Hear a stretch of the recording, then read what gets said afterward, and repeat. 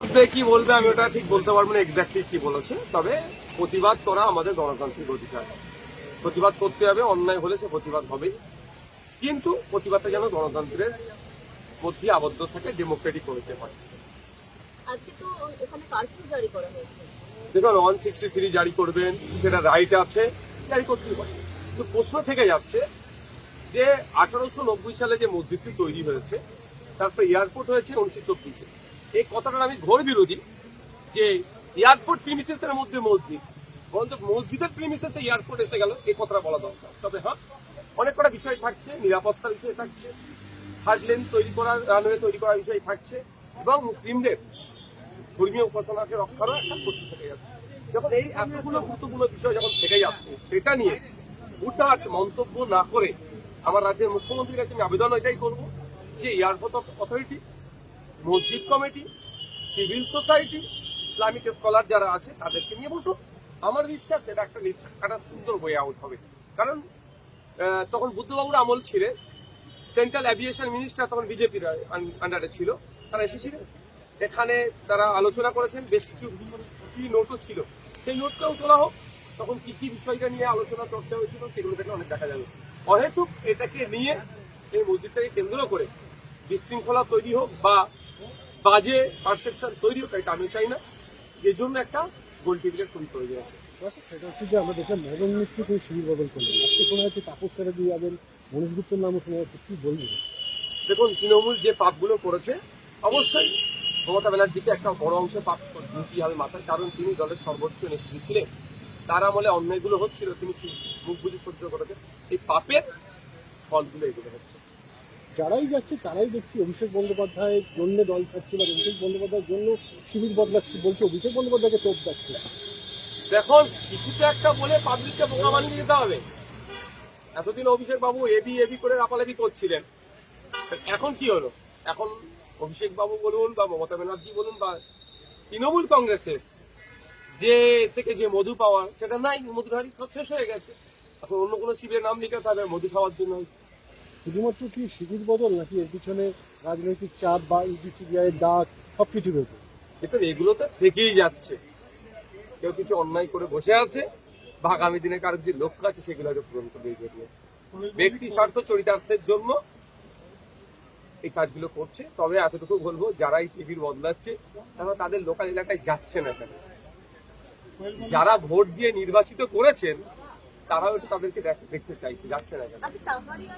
বিভিন্ন এনজিওতে একাধিক র্যাডারে এসে যাচ্ছে, রেড হয়েছে গতকাল, বলা হচ্ছে বিদেশি টাকা এখানে আসছে, এবং সেখানে সেখানে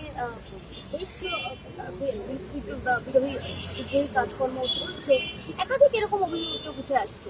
দেখুন, স্পষ্ট ভাষায় আমি বলতে চাই, আমি যার ভোট দিন, আমি যার আমার দাদু স্বাধীনতা সংগ্রামী ছিল, দেশকে স্বাধীন করার জন্য লড়াই করেছে। আমি সেই রক্ত আমার গায়ে বলছে।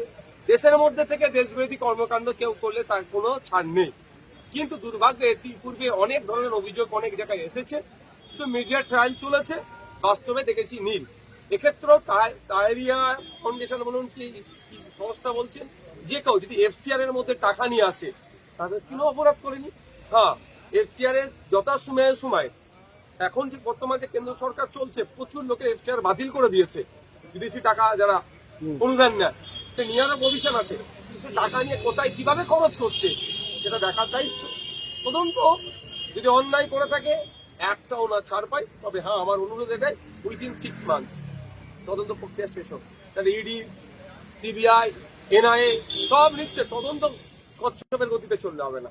উইদিন 6 মান্থ অন্যায় করলে রাস্তায় ফাঁসি দিয়ে যাবে, এমন দৃষ্টান্ত তৈরি করতে হবে, দেশে থেকে দেশের গাদ্দারি কেউ করার সাহস পাবে না।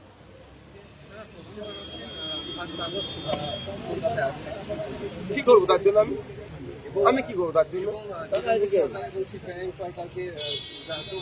শোনো, একটা কথা বলি, বিজেপি তার প্রমিসগুলো যেগুলো করেছে ফেলিওর, উন্নয়নের ডাঙ্গা বাজাচ্ছে ফেলিওর, 3 মাসে সেরকম ভাবে কিছু করাতে পারেনি। ফলে এই উন্নয়নের ডাঙ্গা বাজাতে গেলেই এমন এমন কথা বলো, তখন দিলীপ বাবুকে দিয়ে বলাবে, তো তখন সুমিত বাবু সেটাতে আবার মলম লাগাবে, এই করে মুসলিমদের বিরুদ্ধে চারটে গরম গরম কথা বলো, এটাকে উন্নয়ন বলে চালাবে। তসলিমা নাসরিনকে ওই জন্যই নিয়ে আসা হচ্ছে। আমি কেন বলবো? সংখ্যা করুন, গরিষ্ঠ সমাজের মানুষকে প্রশ্ন করুন যে তসলিমা নাসরিন পশ্চিমবাংলায় আসছে, যে প্রতিনিয়ত আপনার প্রতিবেশী সংখ্যালঘুদের ওপরে নিয়ে বাজে মন্তব্য করে, আপনি কেমন ভাবে দেখছেন? আমাকে কেন প্রশ্ন করবেন? আমি তো স্বাভাবিকভাবেই বলবো এটা ভালো না, এটা বলাবেন আমাকে দিয়ে, কিন্তু আমি ওটা বলবো না। যে কেউ আসতে পারে পশ্চিমবঙ্গের সংস্কৃতি কালচার প্র্যাকটিস করার জন্য কেউ আসতে পারে, কিন্তু সংস্কৃতি কালচারকে সামনে রেখে নির্দিষ্ট কোনো ধর্মের বন্ধের মানুষকে যদি আঘাত করে, তাহলে তখন প্রতিবাদ হবে ডেমোক্রেটিক হয়ে। ত্যাগ করলেন, শেষমেশ দেখা গেল সুমিত বনসালের সঙ্গে তিনি বৈঠক করলেন।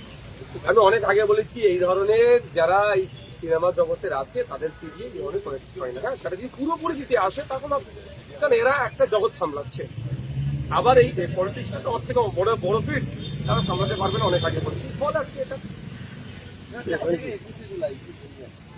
আমি পয়েন্ট কেনার বলে অসুবিধা কি আছে? देखिए वो बोला पीसफुली प्रोटेस्ट के बारे में। Peacefully protest our democratic rights, उसमें कोई मेरा ये नहीं है। पहला दूसरा बात है सिद्धू चौधरी साहब वो मस्जिद को उसका वो सेक्रेटरी भी है उसका, उसमें है वो ज़्यादा इसके बारे में देख रहे हैं, उससे चर्चा कर रहे हैं, इसलिए हम थोड़ा कम बोल रहे हैं। क्योंकि हम बोलेंगे देखिए इससे पहले वो मस्जिद को लेकर सेंट्रल एविएशन मिनिस्टर आया था जब बीजेपी का दौर चल रहा था, उधर आज पे कुछ नोट देके गया था, उसको उठाओ क्या बोला था, सीक्रेट रीजन था क्या, वहाँ रहने से कोई दिक्कत नहीं होगा। बात किया अभी वो जो मस्जिद है उसके बारे में चर्चा चल रही है।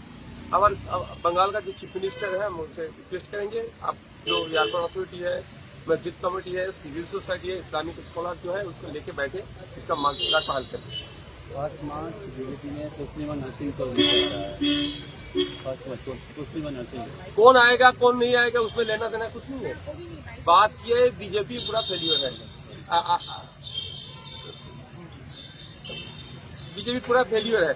बोला था 200 यूनिट मुफ्त में बिजली मिलेगा, 450 में गैस मिलेगा, वर्षा इन डेयर आउट, बहुत कुछ बोला था। अभी देखिए क्या चल रहा है, फेलियर है। वो फेलियर को उन्होंने क्या अभी तस्लीमा जी को लेके क्या करेगा, वो दोस्त अलग बात तो बोलेगा मुसलमान के खिलाफ, ये बीजेपी का डेवलपमेंट ही है। लेकिन बात क्या है, कोई आएगा कोई जाएगा, उससे मेरा हम लोगों का कोई लेना देना नहीं है। लेकिन आके कुछ अगर भड़काऊ भाषण देखा तो उसके खिलाफ डेमोक्रेटिक वॉइस से प्रोटेस्ट करो। कोयल मल्लिक राज्यसभा से इस्तीफा दिया। देखिए हम बहुत पहले बोला इन लोगों के बारे में, जिसके पॉलिटिक्स में थोड़ा भी नॉलेज नहीं है उसको लेके क्या करेगा। अगर वो राज्यसभा में रहेगा तो भी क्या करेगा, क्या मुद्दा उठाएगा। बंगाल में कुल मिला के 70% पॉपुलेशन है एग्रीकल्चर रिलेटेड है, उसके बारे में क्या बात करेगा। पहले तो उनको तो चुनना ही गलत था। ममता बनर्जी का जो दौर में अभी तो जितना गलती किया उसका भरपाई तो देना ही पड़ेगा उन लोगों को। उन्होंने बोल रहा है 21 जुलाई से पहले जिनका जाना है चला जाओ। वो उनका पार्टी का इंटरनल मैटर है और नहीं चाहे उनके पास मेरा कंसल्ट नहीं